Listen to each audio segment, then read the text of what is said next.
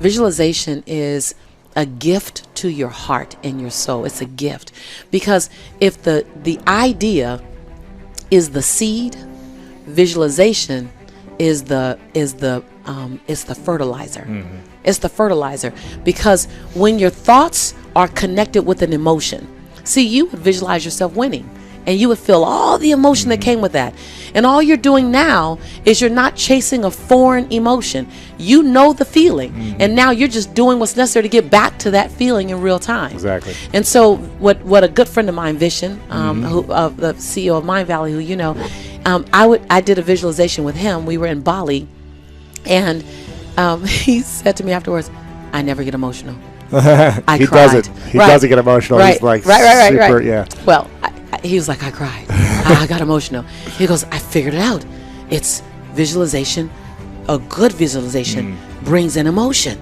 He was like, that's how you do it. And so I love doing visualizations because, and it's real important in the visualization, you can't see it over there. You have to see it right here. To feel it. You got to feel it right here. Like I am. It's all I am.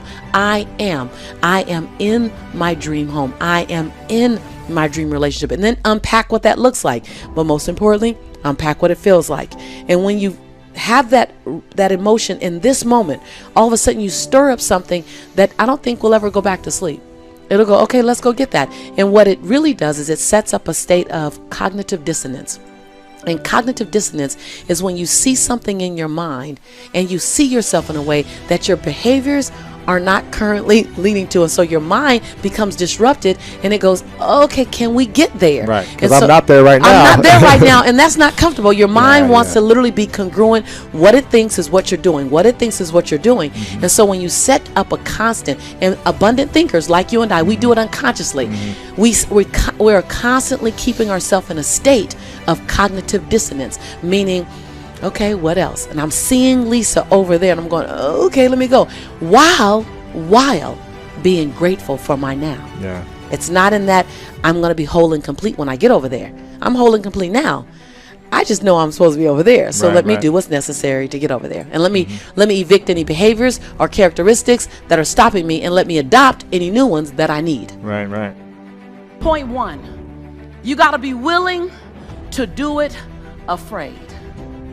See, you might be waiting for the fear to stop. Well, Lisa, I heard this so many times. Lisa, I'm afraid. What do? Do it anyway. Lisa, I'm afraid. I don't quite know if I should move. Move anyway. I don't know if I should leap. Leap afraid. And then gather your courage on the way down. And if you don't get it before you hit, you're going to hit anyway. I'd rather die leaping than on the edge figuring out how to get the courage to leap. Yes. Yes. So many times we're waiting. I'm waiting to get something right. I see your hands going up. You guys know if it's your truth, you can raise your hand just like we did on day 0. You're just kind of waiting. You're waiting to get everything in order. You're waiting so that everything is in you, it's together. You're waiting to not be afraid. You're waiting to have the courage. You're waiting to have all the money. You're waiting to lose weight. See, if I waited to release my unwanted pounds before I got in front of you, Lisa Nichols would be the secret. Yes? I thought, how about I just leap with my imperfection and then find my form of perfecting my imperfection while I'm soaring? How about I do that? How about you not wait to get it right? You figure out, how does it look doing it wrong? How does that look? Because your 80% of right is somebody else's 159% of what they needed. Yes? And when you want to do it right and you want to wait till you're not afraid and you want to wait till you have it all together, you made it about you again. See, Nelson Mandela did it. He just did it not knowing if it were right. Mahatma Gandhi just did it not knowing if it were right. Mother Teresa just did it not looking for affirmation or confirmation. Is this right? Martin Luther King did it not even knowing if it would happen before his life ended. I mean, what are you waiting on? Are you willing to do it afraid? Are you willing to do it knowing that you got so much work to do to get it better, to get it more perfect? But are you willing to do it inside your imperfection? Do you realize that in your imperfection, you're perfect for the job? We talk about living our quest.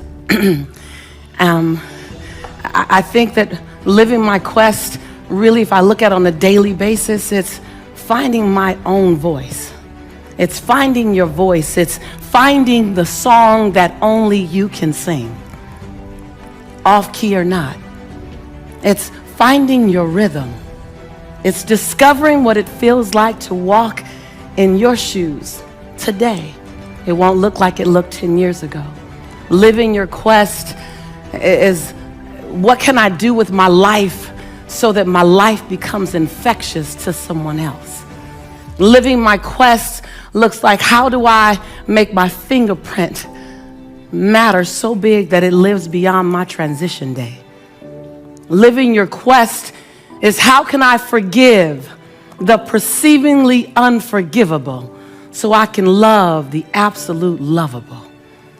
Living your quest is, how do I give myself 1,000 second chances, and every time I get to 999, press reset? Yeah. Living my quest is not some ambiguous, untouchable experience. Living my quest means going back and healing the little girl in me so that the woman can be free. It's going back and embracing the little boy in you so that the man can show up and give himself permission to cry when necessary.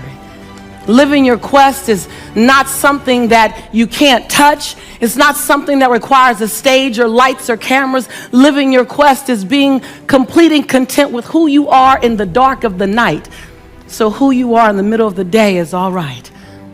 Living your quest is as simple as it is complex. Living your quest is about giving yourself permission, say permission, on a daily basis to become the next best version of yourself. Living your quest is not holding yourself hostage to old decisions, not holding yourself hostage to shame, blame, guilt, regret, and anger. Living your quest is about recognizing that every day I can be reborn to my possibility.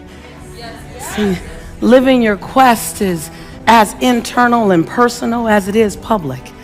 Living your quest is about recognizing that you have brilliance in you and not being willing to dim your light one more day. Living your quest means not being afraid of the genius in you, even though you have doubt. Living your quest is recognizing that you get to sing your song off tune, that you can get to live in perfection while you master imperfection. I've long since learned 4 things. To me, this is the road to true freedom. I have nothing to prove. I have nothing to protect. I have nothing to hide. And I have nothing to defend. That your perception of me after I tell my truth is actually none of my business. My perception of me, that I go to bed as whole and complete as I woke up. Before I check how many likes I have on Facebook, that I like me first. And every other like is bonus. There you go. Like it. That was a long road to get to. Long road. Sure. Long road.